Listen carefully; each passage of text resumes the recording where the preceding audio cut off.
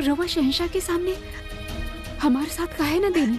अगर हम वहाँ रवा के साथ देती तो हमारे शौहर के साथ हमेशा खातिर छूट जात, उनकर जान पे खतरा बढ़ जात। और भाभी जान, हम दोबारा बेवा ना होके के चाहिए।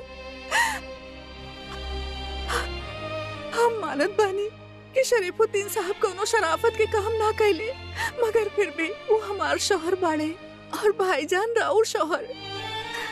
हम ये झूठ कहानी अपन निकाह बचावे की खातिर।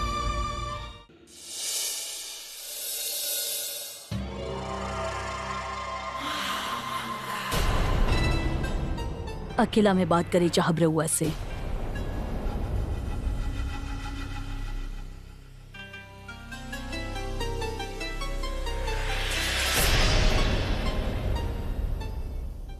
रवा एजा यह बतावे आइल बानी कि जिंदगी के शतरंज में रउआ अभी कच्चा बानी।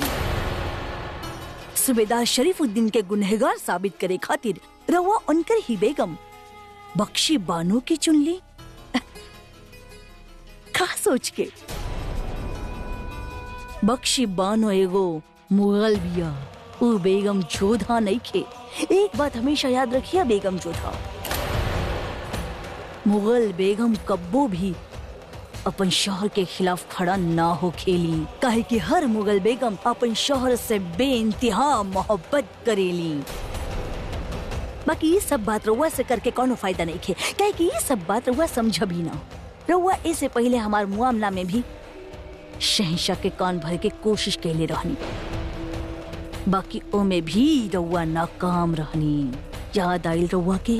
बाकी नाज बा हमरा के, हम क्या अपनी बेटा पे जे चाहे क्यों कुछ भी कहे, वो अपनी बड़ी अम्मी पे कबो शक ना करी।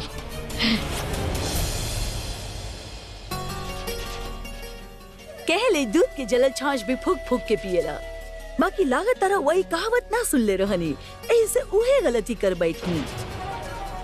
बाकी एक बात की यकीन दिलाई रउआ के, रउआ जे गलती कहले बानी ओकर नुकसान भी रउआ उठाइब। अब देखी ना, रउआ के बहन के रिश्ता तो होखे से रहल और बदला में रउआ आपन और शहंशाह के रिश्ता के मुश्किल में डाल देले बाड़ू। उ का बा, दरिया के बहाव के खिलाफ तैरे वाला अक्सर डूब जाला बेगम जोधा। अगर ए वक्त रउआ शहंशाह के साथ दिले होती तो रउआ उनके नजर में उठ जाती, लेकिन रउआ उनके नजर में गिर गई पानी बेगम जोधा। रवा बस इतना ही कहे आयल रानी हमके?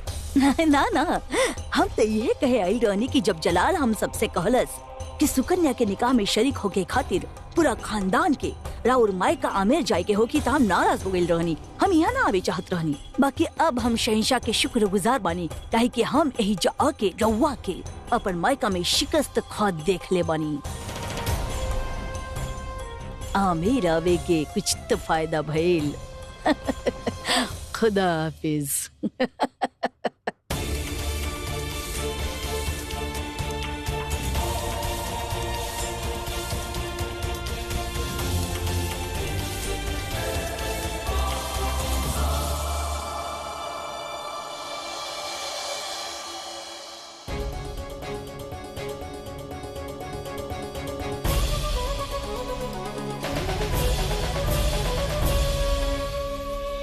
का ये तोहार आखिरी फैसला है जलाल?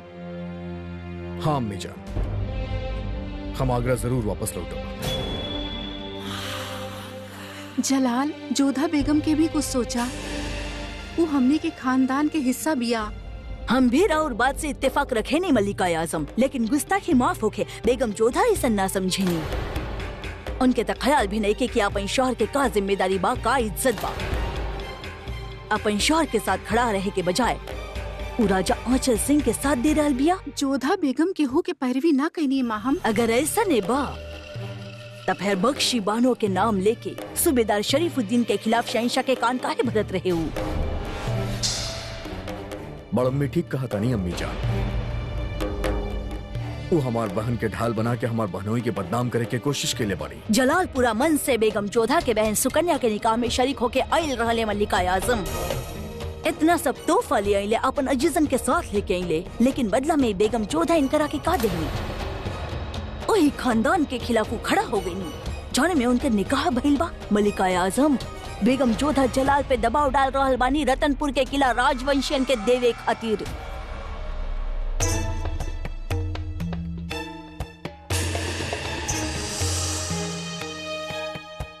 हम क्षमा चाहता नहीं, रवा लोगन के वार्तालाप में हम विघ्न डालनी। बाकी जे कुछ भी भइल बा उहे खातिर हम क्षमा मांगे आयल बानी।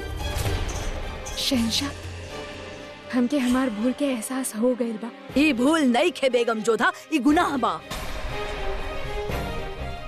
और कौनो भी बेगम अपन शहंशाह के खिलाफ खड़ा ना हो खेली, ये बेगमन के फर्ज नहीं खे।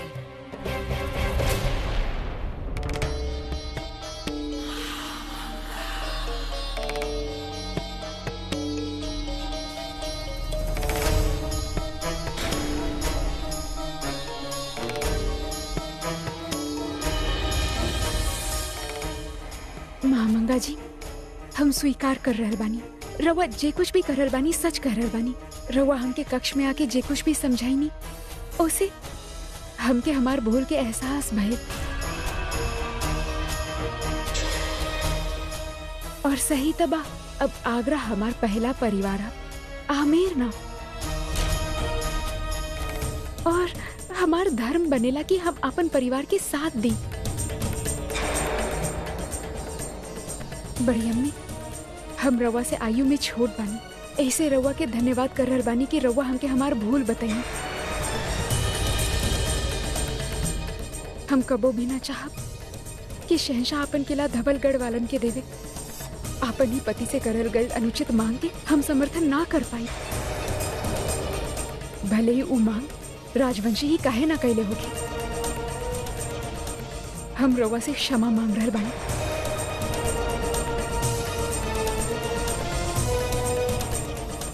शरीफुद्दीन साहब, हम रवा से भी क्षमा मांग रहल बानी कि हम रवा के दोषी ठहरेनी।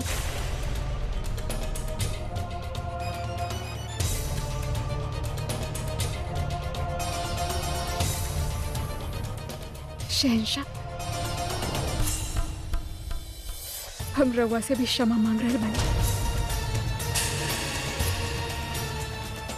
हमरा कारण बख्शी बानू के ए बात रवा के समक्ष प्रस्तुत होके के पड़ा, जोने से उनके मन के ठेस पहुंचा। हम आशा कर रहल बानी कि हमार पूरा परिवार हमके क्षमा कर दी।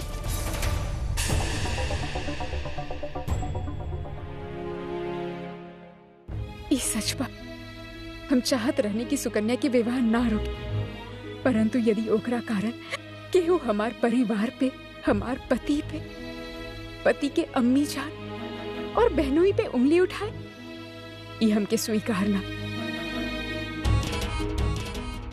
यही खातिर राउर हर निर्णय में हम मन से रवा के साथ बानी। और हम रवा से विनती कर रहल बानी कि रवा के केहू के भी दबाव में आवे के आवश्यकता ना हो। चाहे कुछ भी हो जाए, कोनो भी मूल्य पे रवा अपन किला अचल सिंह जी के ना दे। यदि एकरा कारण भारत लौट रहल बा त लौट जाए। हमके विश्वास बा कि रवा हमार बहन सुकन्या खातिर कोनो और योग्य वर ढूंढ ही ले।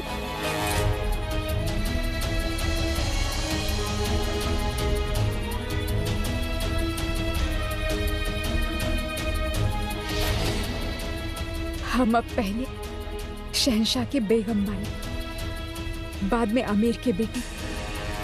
शहंशाह के मन और शब्द के महत्व देहा हमरा खातिर अधिक आवश्यक बा।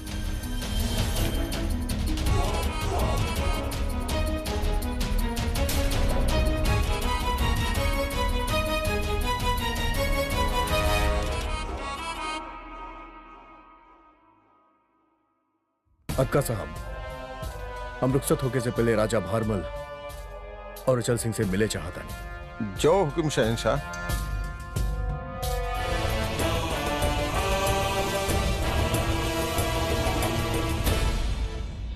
हम बहुत खुश बानी कि हमारा पैगाम मिला थी, यहाँ सब लोग इकट्ठा हो गए। हम आगरा वापस लौटे से पहले आप सबसे एगो जरूरी बात करे चाहता नहीं। जौना तरह से हमसे रतनपुर के किला मंगले और हम बर्दाश्त ना कर पैनी। लेकिन फिर हम जौन काम शुरू करेली ओकरा अधूरा ना छोड़ेली तो आज भी अधूरा ना छोड़ब। हम यहाँ आयल रहनी राजा भारमल के बेटी के शादी करवावे, ओकरा करवा के ही वापस जाइब।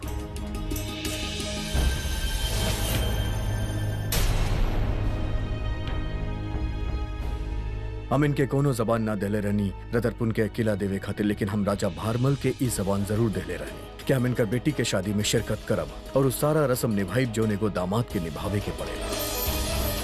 हम सुकन्या के रिश्ता विजेंद्र के साथ तय कैनी तो सुकन्या के शादी विजेंद्र के साथ ही हुई।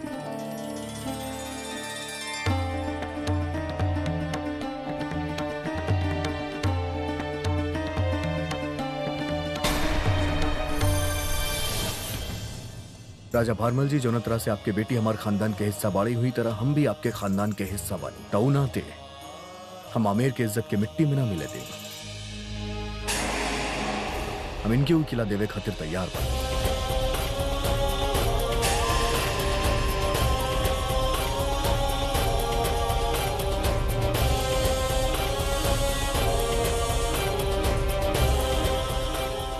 अदका साहब,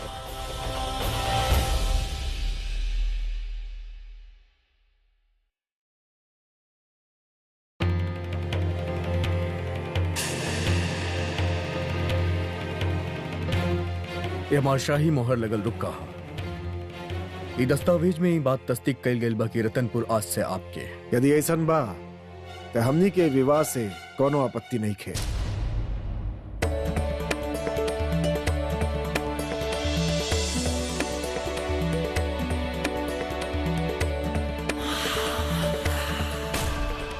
अब रतनपुर पे कब्जा आपके भइल, अब ये शादी ना रुके के चाहिए। हम चाहब कि सुकन्या के डोली धवलगढ़ खातिर ही रवाना होके, ओकरा बाद हम भी आगरा वापस लौट जाए। राजा भारमल जी, धवलगढ़ के राजवधु के हमने यहाँ से लेके ही जाए।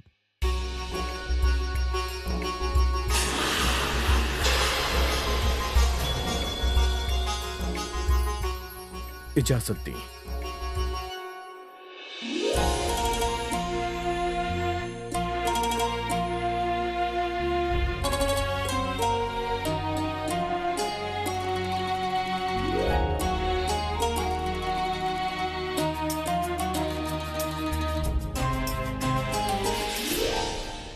हम ही तना जाने ले कि रउआ ऐसन का कर देहनी कि शहंशाह अपन फैसला बदल देले। बाकी हम रउआ के इतना जरूर बतावे चाहब बेगम जो था कि रतनपुर के किला राजा अचल सिंह के दिलवा के रउआ मुगल सल्तनत के बहुत बड़ नुकसान कैले बाड़ू। शहंशाह के जंग जीते के ताकत के कम कर देले बानी रउआ। बेगम होके अपन शहर के खिलाफ खड़ा हो गए ने यहीं पे। अब हिंदुस्तान भर में यह पैगाम चाहिए कि मुगल सल्तनत के शहंशाह एगो छोट से रियासत के राजा साहब के सामने अपन घुटना टेक देले। पहला बात, शहंशाह घुटना टेक लेना, बल्कि इन निर्णय के बाद उनकर सर और भी ऊंचा हो गए। उहे ही संबंध जोड़ ले रहले, यदि ये टूट जा तब अवश्य पूरा हिंदुस्तान उनके नीचा दृष्टि से देखा। दूसर बात, हम अपन पति के विरुद्ध ना गई, बल्कि हम उनके अपना साथ कर ले बनी। तीसरा और सबसे महत्वपूर्ण बात कि हम ऐसा का कही तब महामंगा जी अनजाने में ही सही रउआ हमके हमार भूल के अनुभव करा देनी। रउआ हमके सिखा देनी कि हर बार हमके अपन पति के विरुद्ध ना जाए के चाहिए, जे कि बिल्कुल ठीक बात बा। और हम अपन भूल सुधार लेनी। हम सोचनी और पाईनी कि शहंशाह ईंट के प्रहार के उत्तर पत्थर से देवेले और विनय के उत्तर और भी अधिक विनीत होके। ओ बुरा के साथ बुरा बाड़े और भला के साथ भला। तो हम सोचनी काहे हर बार हम अपन पति के सामने बुरा बनी। यही से हम भला बने के निर्णय लेनी। हम बड़प्पन दिखा के क्षमा मांगनी और वो बड़प्पन दिखात हुए दुर्ग दे देले। हो सकेला बेगम चौथा ए मेरा और फतेह भइल होके, बाकी शहंशाह की शिकस्त भइल बा राउर वजह से। शहंशाह के मन के पड़ पहले बा आज तक वो जे भी निर्णय ले ले बा सोच समझ के ही ले ले होगी।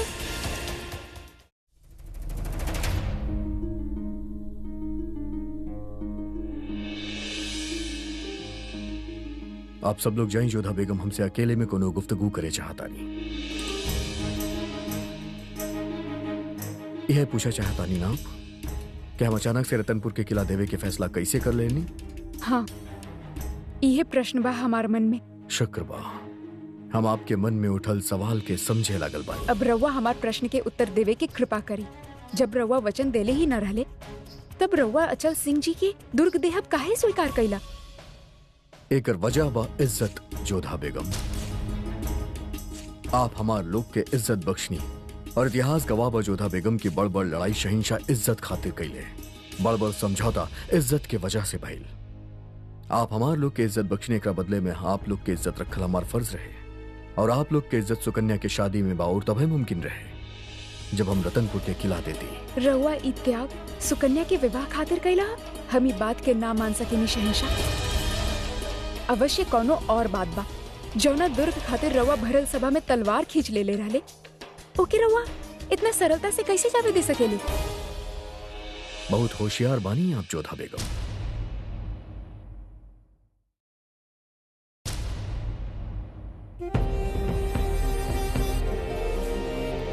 पर इतना ना कि आप उनके मुकम्मल तौर पे समझ पाए। आम बस आम खाई जोधा बेगम गुठली ना गिनी। रतनपुर के किला देवे के फैसला हम बताओ शहिंशाह कहले बानी तो शहिंशाह के सोच तक ही सीमित रहे दी। दिमाग पे जोर मत डाली जोधा बेगम। आप कबो ना जान पाई के यहाँ का चलत बा। अब बच जाई और जाके शादी की तैयारी करी। आखिरकार रस्म हमनी दोनों के एक साथ निभावे के बा। अपन वालिद साहब के कह दैया कि उनकर दमाद उनके दिल के बोझ हल्का कर देने पाए।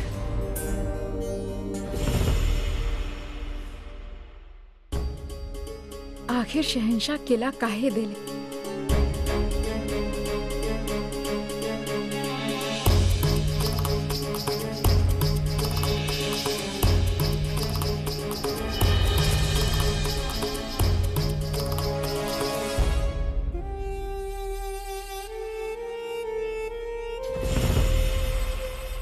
हम हौसला ना खोनी।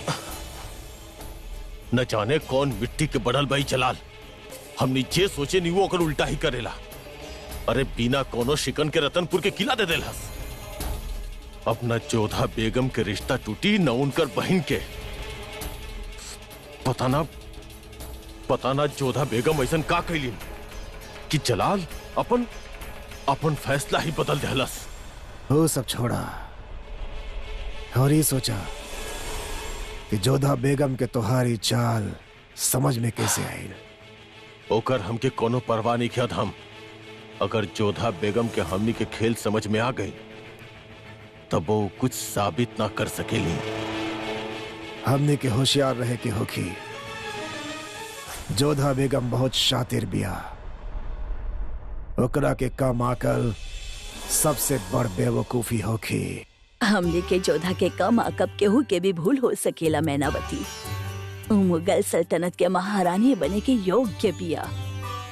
काहे कि ओकर सोच महारानी जैसन बा। रहुआ ठीक कह रहल बानी मासा। सुकन्या के विवाह पे आयल विघ्न टल गई जोधा के चतुराई के वजह से और अम्बे माँ की कृपा से।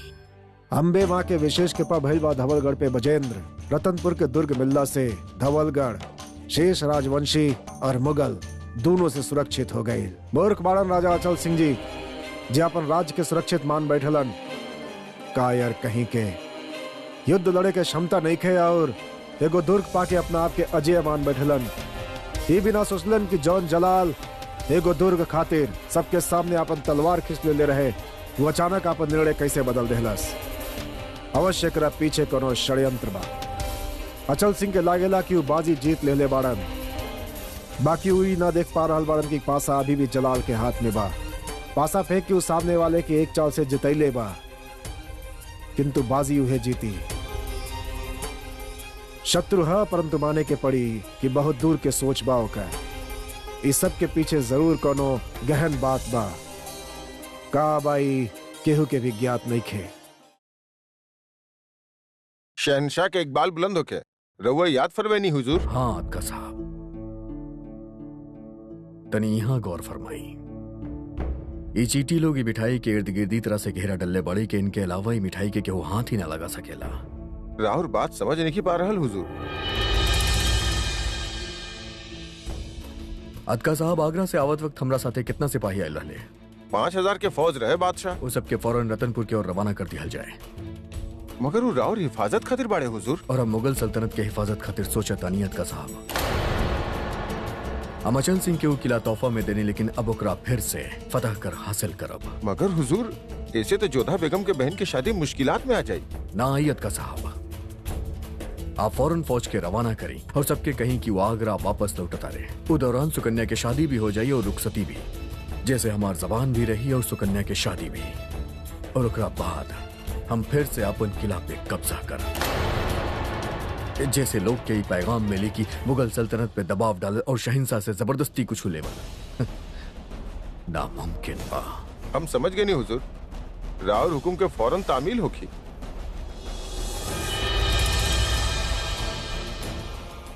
खबर अच्छा हो के या बुरा, एक बात दोनों में समान हो खेले कि दोनों जंगल में आग के तरह तेजी से फैले नहीं।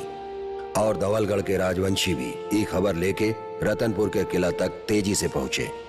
शहनशाह हिंदुस्तान जलालुद्दीन मोहम्मद के हुक्म से रतनपुर के किला धवलगढ़ के राजा अचल सिंह के कब्जा में दिहल जा रहल बा।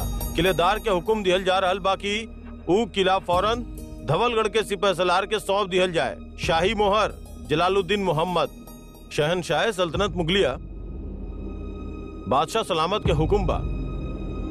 हमनी के किला राजवंशन के सौंपे के बा।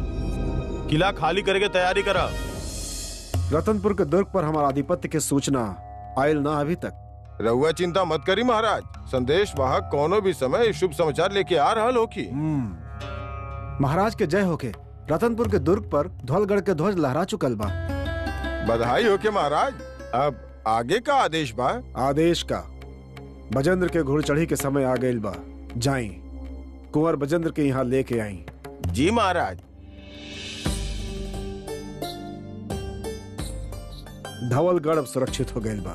तो के दोहरा बधाई होके, तोहार विवाह के भी और रतनपुर दुर्ग पावे के भी। ये दुर्ग यदि हमने युद्ध में जीत पाती तो हमके अधिक प्रसन्नता होखत बापू सा। राजनीति में जीत के महत्व होखेला बजेंद्र, फिर चाहे हमनियों के युद्ध से प्राप्त करी या फिर कूटनीति से। ये दुर्ग हमने के मिलल हमने खातिर एगो बहुत बड़ राजनीतिक सफलता है। स्नेहलता, विवाह के सारा सामग्री तैयार बाना? हाँ जेठानी सा, हम स्वयं सारा सामग्री यथा स्थान पर रख देले बानी। और पुरोहित जी? पुरोहित जी अन्य पंडित लोगन के साथ आवत ही होगी हैं। मान सिंह, बरातियन के भोजन के सारा व्यवस्था हो गई बना? व्यवस्था ठीक बा, हम स्वयं जांच के ले बानी। और सुरक्षा व्यवस्था खंगार सिंह, सुरक्षा व्यवस्था चौकस बा भाई जी। एह बार विवाह में हमने कोनो कमी ना छोड़ने बानी।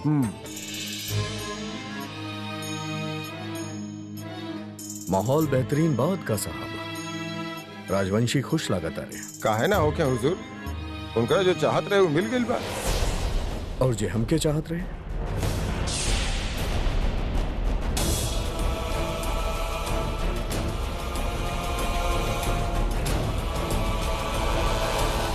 रतनपुर के किला हमनी के फिर से फतह करे के बाद वो लोग जीत के खुशी में डूबल होकी हैं।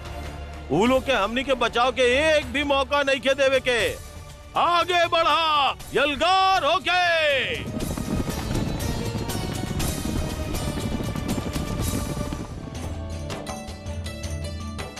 जोधा जीजी, जीजा सरौआ से कितना प्यार करेले, कितना मान रखेले उड़ाउर।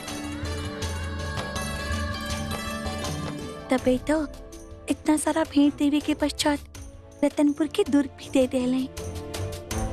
शिवानी बिल्कुल ठीक कह रहल बिया। यदि जवाई सा मना कर दिले होते ता सुकन्या के लगन मंडप सुना पड़ल होखत।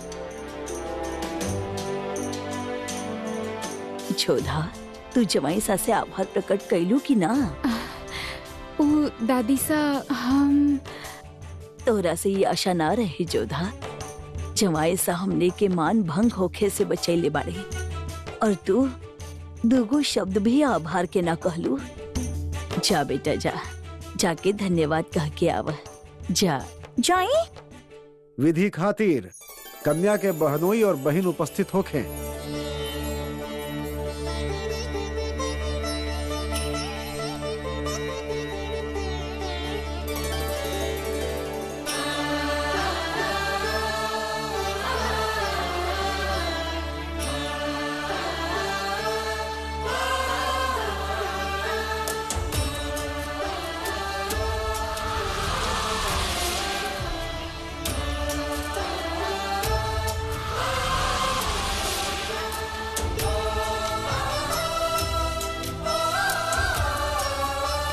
जोधा जीजी,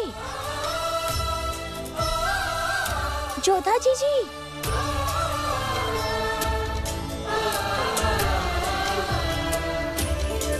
जोधा बेगम, आपकी छोट बहन आपके कुछ इशारा करत आई।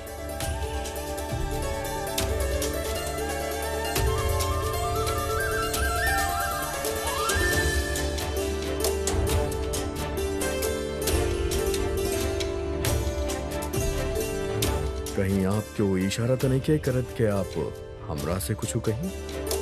हाँ, वो रतनपुर के दुर्ग खातिर हम रउआ के आभार प्रकट ना कइले रहनी। रउआ जे कुछ भी कहनी ओकरा खातिर हमरा और आभारी बानी। कितना हुनर बा आप में जोधा बेगम, लेकिन आप शुक्रिया अदा करे ना सीखनी। अरे कहानी ना हम, पर थोड़ा नवाजत से, थोड़ा दिल से, थोड़ा अच्छा से। धन्यवाद। बेहतर।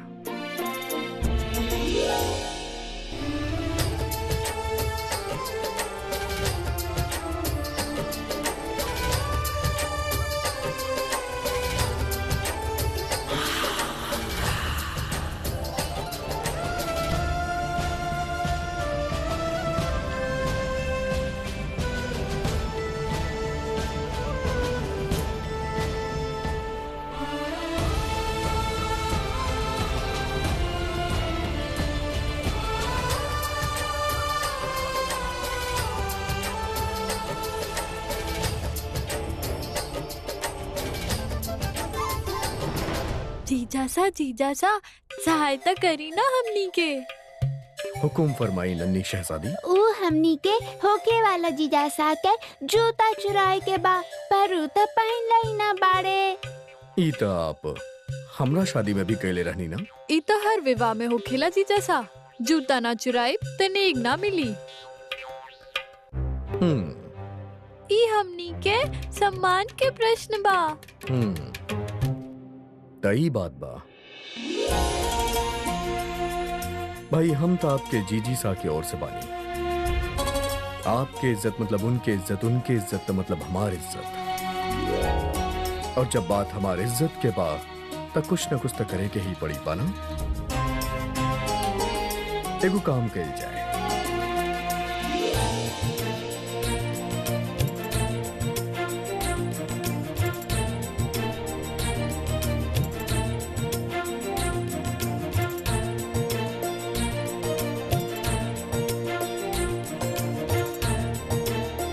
देख लू जीजासा कितना बुद्धिमान बाड़े। हाँ, ऊ तबा तहर जीजा सा दूसरन की वस्तु छीने में बहुत चतुर बाड़े।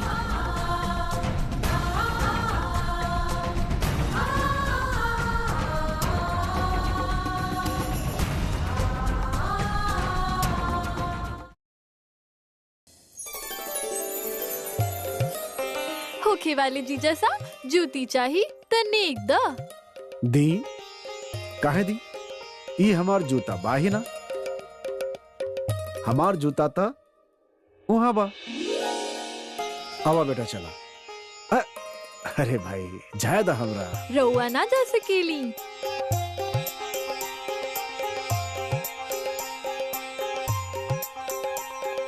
अब तो जूता हमनी के पास आ गई ना, अब तो नेक दे ही के पड़ी।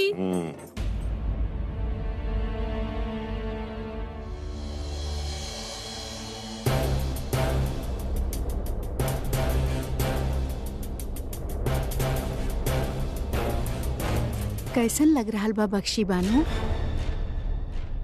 पहला बार एगो हिंदू शादी में शरीक हो रहा बानी रउआ। ई हाथ में का भइल रउआ के?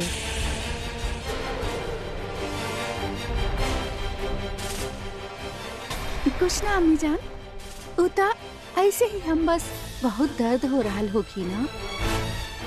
ना उता हम चूड़ी पहनत रहनी था त कांच टूट के हम चिप गई। कितना बार समझौनी इनके रखे कि कांच की चूड़ी मत पहनल करी, सोना के चूड़ी कमी बका, लेकिन ये बड़ी कि हमार बात मन में ना करेली। रउआ ना समझिए शरीफुद्दीन, औरतन के मन के समझल आसान नहीं खे। खैर हमके खुशी बा कि सुकन्या के शादी में आयल रुकावट टल गईल और सब खैरियत से हो रहा बा। सही फैसला ले ले बड़े शहनशाह।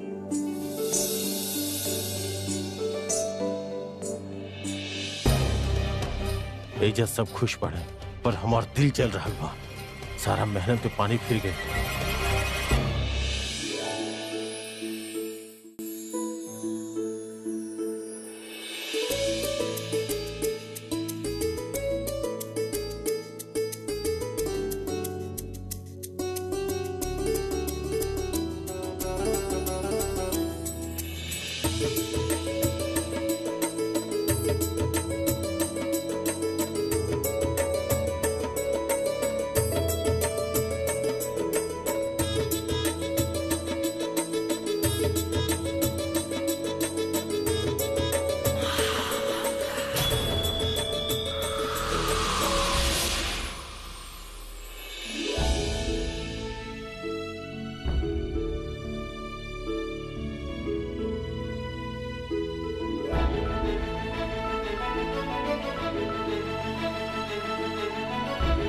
शहनशाह, अब अपन दाहिना हाथ आगे बढ़ाई।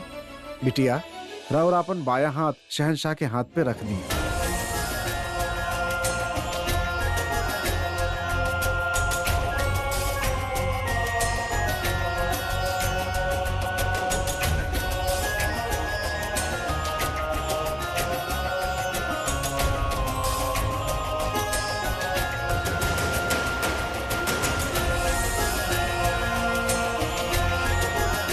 शंनः सत्यस्य पतयो भवन्तु, शंनो अर्वन्तः शमुसन्तु गावः, शंनारिभवः सुकृतः सुहर्ताः, शंनो भवन्तु पितरो हवेषु। शंनः सत्यस्य पतयो भवन्तु, शंनो अर्वन्तः शमुसन्तु गावः। हाथ इतना कस के पकड़ ले बाड़े कि पीड़ा होखे लागल बा। कोनो अफसर ना छोड़ेले हमके चिढ़ावे के। आपके तंग करे में जो मजा मिलेला जो बेगम 100 जंग फतेह करे के बाद भी ना मिलेला। शंनारिभवः सुकृतः सुहर्ताः, शंनो भवन्तु पितरो हवेषु। शंनः सत्यस्य पतयो भवन्तु, शंनो अर्वन्तः शमुसन्तु गावः। शहनशाह, आहुति देवे खातिर हाथ आगे बढ़ाई। जनाब पुरोहित साहब, इससे पहले हम आपसे जाने चाहब कि आप का कहले बानी। राउर जानल चाहब? जी, हम सवेरे सवेरे जब चिड़िया की आवाज सुनेली तब भी यह जाने चाहेली कि वो का कहा तारी, का वो अपन बच्चा लोग के उठावा तारी या उनसे ही कहा तारी कि तू खामोश रहा, हम खाना लेके आवा तारी। अवश्य, इस श्लोक हम रउआ और से पढ़नी है, जौना में वर वधु के उज्जवल भविष्य खातिर रउआ कामना करेलन।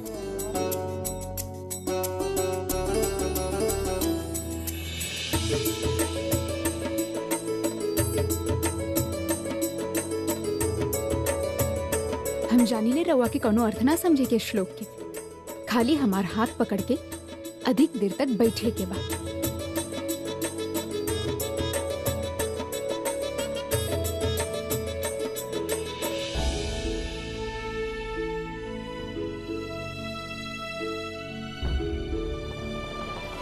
बहुत खूब पुरोहित साहब। अब आप आहुति दे दें।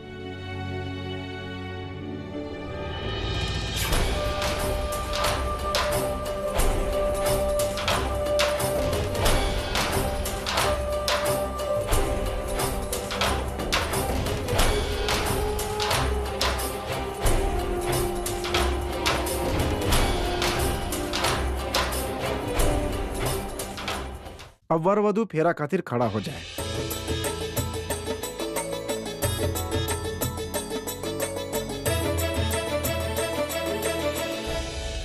अब वर वधु एक दूसरा के वरमाला डालें।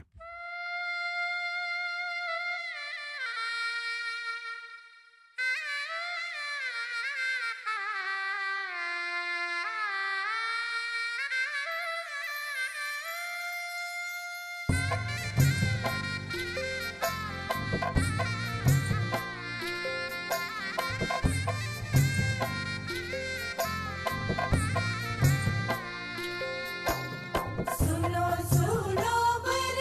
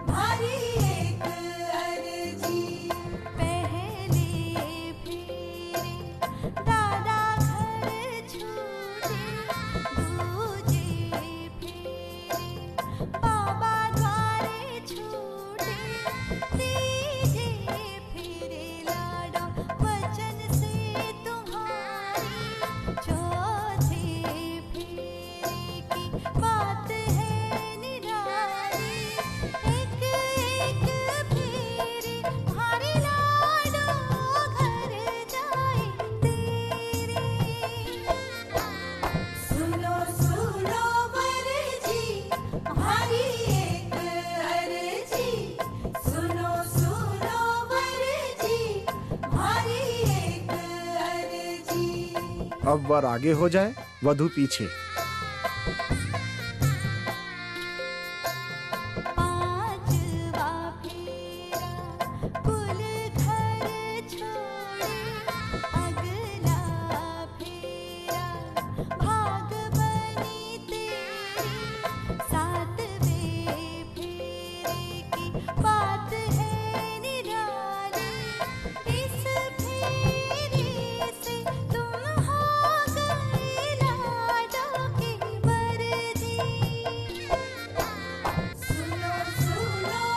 रउआ दोनों के बहुत बहुत बधाई होके विवाह संपन्न भइल।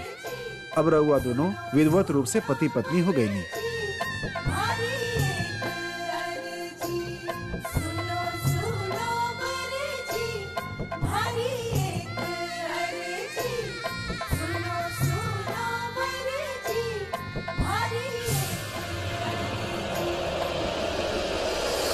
वहाँ सुकन्या के शादी भइल और यहाँ मुगल लोग वापस रतनपुर के किला पे कब्जा जमा ले ले। जलाल जे सोचले रहे वो पूरा भइल। किला दे के भी वापस मुगल लोगों के छीन ले ले। अब देखे गई रहे कि सुकन्या के डोली आमेर से पहले उठे ले या रतनपुर पे मुगलन के खबर पहले आमेर पहुँच ले। जलालुद्दीन मोहम्मद जिंदाबाद। अच्छा भारमल जी, हम क्या आज्ञा दी? धवलगढ़ में वधु के स्वागत के तैयारी पूरा हो चुकल बा। अचल सिंह जी, अनजाने में हमसे कोनो भूल हो गई होके तक क्षमा करब। अन्नदाता, एगो महत्वपूर्ण सूचना बा।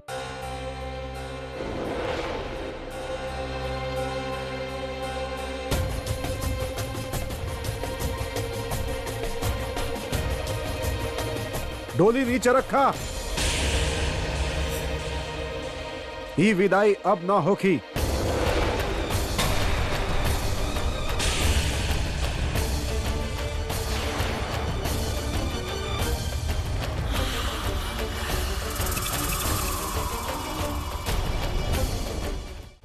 हमारा साथ विश्वासघात भइल बा।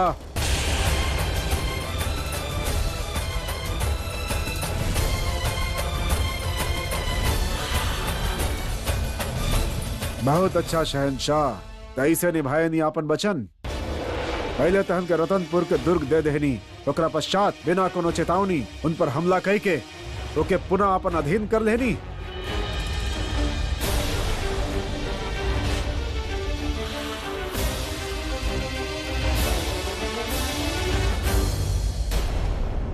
हमनी राजवंशी अगर केहू के कोनो वचन देवेनी तो के पूरा करे खातिर अपन प्राण तक दे सकेनी।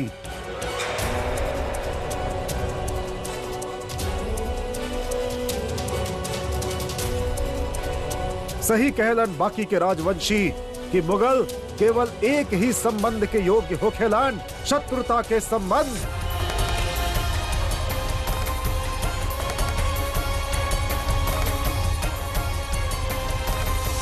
बोल चुकली, अब हम बात करब।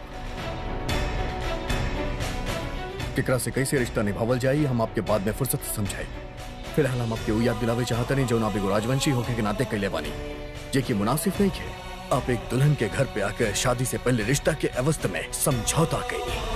और हाँ, हम आपके वो किला देनी कहे कि हम राजा भारमल जी के वो जबान दे ले रहे और हम ही आपसे वो किला छीन कहे कि हम आपके सबक सिखावे चाहत रहे कि एहसास दिलावे चाहत रहे। कुछ चीज मांगल ना चला, उनके जीतल चला और उनके जीते खातिर बाजू में दम होके के चाहिए जो ना आपके पास नहीं है। अगर आपके वकीला चाहत रहे तो आप उनके जंगे मैदान में मिलती तरह से शादी के मंडप में ना। बहुत गुस्सा आवत बना आपके, जंग करे चाहता नहीं ना आप हमरा से। आई जंग करी हमरा से, शादी के रस्म हो चुकल बा, आई जंग के रस्म निभावल जाए। हमरा तरफ से कोनो सिपा सलार ना आई, हम अकेले लड़ब आपसे। आप आपके बेटा, फिर आप चाहे केहू के भी बुला ली, हम लड़े खातिर तैयार बानी। एक बात और, वजिंदर से सुकन्या के शादी हो गई बा। उनकर तकदीर, उनका ग्राह, यहाँ तक कि उनकर दिल भी मिल चुकल बा। ई खातिर हम आपके आगाह कर देता नहीं।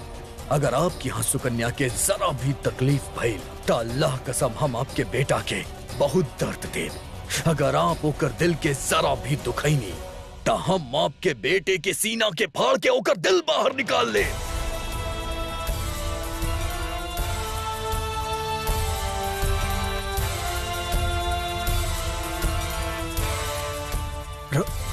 रहुआ तो हमरा के भयभीत करे के प्रयास कर रहल बानी।